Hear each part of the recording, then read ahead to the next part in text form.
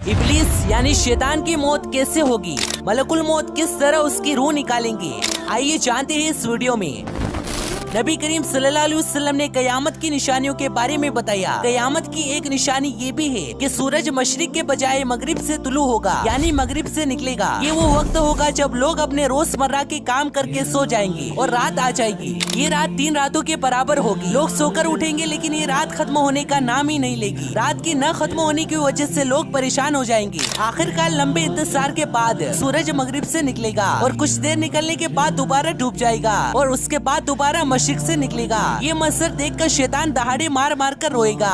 शैतान को इस तरह रोते देखकर उसके चेले उससे कहेंगे, हज़रत हमने आपको कभी इस तरह रोते नहीं देखा, आज क्या हो गया? वो कहेगा, तुमने नहीं देखा, सूरज मगरिब से तुलू हो गया, ये मेरी मौत की निशानी है। अल्लाह ताला मलकुल मौत से फरमाएगा, मैंने आज तुमको तुम्हारे मददगार फरिश्तों के बराबर कुव्वत और ताकत दे दी। जाओ मेरे गुस्से और मेरे गजब का लिबास पहनकर और इब्लीस मलहून की रूह निकालो और उसके साथ तमाम इंसानों और जिन्नातों की रूह भी कब्ज करो और दोसक के दरोगा से कह दो कि दोसक के दरवाजे खोल दे। इसके बाद मलकुल मौत गुस्से में बहुत से फरिश्तों के साथ दुनिया में इस तरह आएंगे कि आसमान और जमीन वाले अगर देख लेते तो पिघल जाते। इब्लीस के पास पहुंचकर बहुत जोर से डांट पिलाएंगे, जिससे इब्लीस बहुत बुरी तरह दहाड़े मार मार कर चिल्लाएगा, चीखेगा और उसका चीखना और चिल्लाना और उसकी फरियाद इतनी दर्दनाक होगी कि दुनिया वाले अगर उसकी आवाज सुन ले तो बेहोश हो जाएंगे। इब्लीस यानी शैतान मलकुल मौत से कहेगा कि तुम मुझको कहाँ लेकर जाओगे? मलकुल मौत उससे कहेगा कि वहाँ जहाँ तेरी वजह से लाखों करोड़ों मुसलमान चले गए, मैं तुझे भी आज उसी गड्ढे में धकेल दूंगा।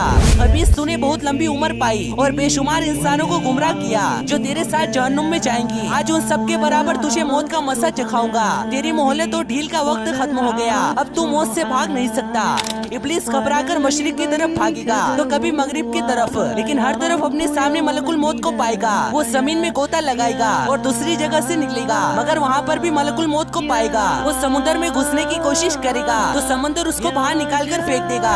इसके बाद वो हजरत आदम अलैहिस्सलाम की कब्र के पास पहुँच जाएगा और कब्र के सामने खड़ा होकर कहेगा, ए आदम, तुम्हारी वजह से मैं मलून और मरदूद हो गया, काश कि तुम पैदा ही न होते। फिर मलकुल मौत से फरमाएगा, ए मलकुल मौत, कितनी तकलीफ और सख्ती के साथ मेरी जान निकालोगे? फरमाएंगे, जितने लोग जहन्नुम में मौजूद है उन सबकी मौत से कई ज्यादा तुम्हारी मौत दर्दनाक होगी। ये सुनकर इब्लीस यानी शैतान तड़प जाएगा, चीखेगा, चिल्लाएगा और इधर उधर भागेगा और जिस जगह इब्लीस की मौत लिखी है उस जगह जाकर गिर जाएगा। वो जगह आग के अंगारों की तरह सुर्ख लाल होगी और वहाँ जहन्नम की संडासियाँ लगी होगी। उन संडासियों से तड़पा तड़पा कर उसकी जान निकाली जाएगी। हजरत आदम अलैहिस्सलाम और हव्वा अलैहिस्सलाम से कहा जाएगा, जरा अपने दुश्मन को तो देखो किस तरह जिल्लत के साथ मर रहा है। वो देखकर कहेंगे, या अल्लाह, तूने हम पर अपनी नेमत को मुकम्मल फरमा दिया। इस तरह इब्लीस यानी शैतान की रूह निकाली जाएगी और वो अपने अंजाम तक पहुँच जाएगा।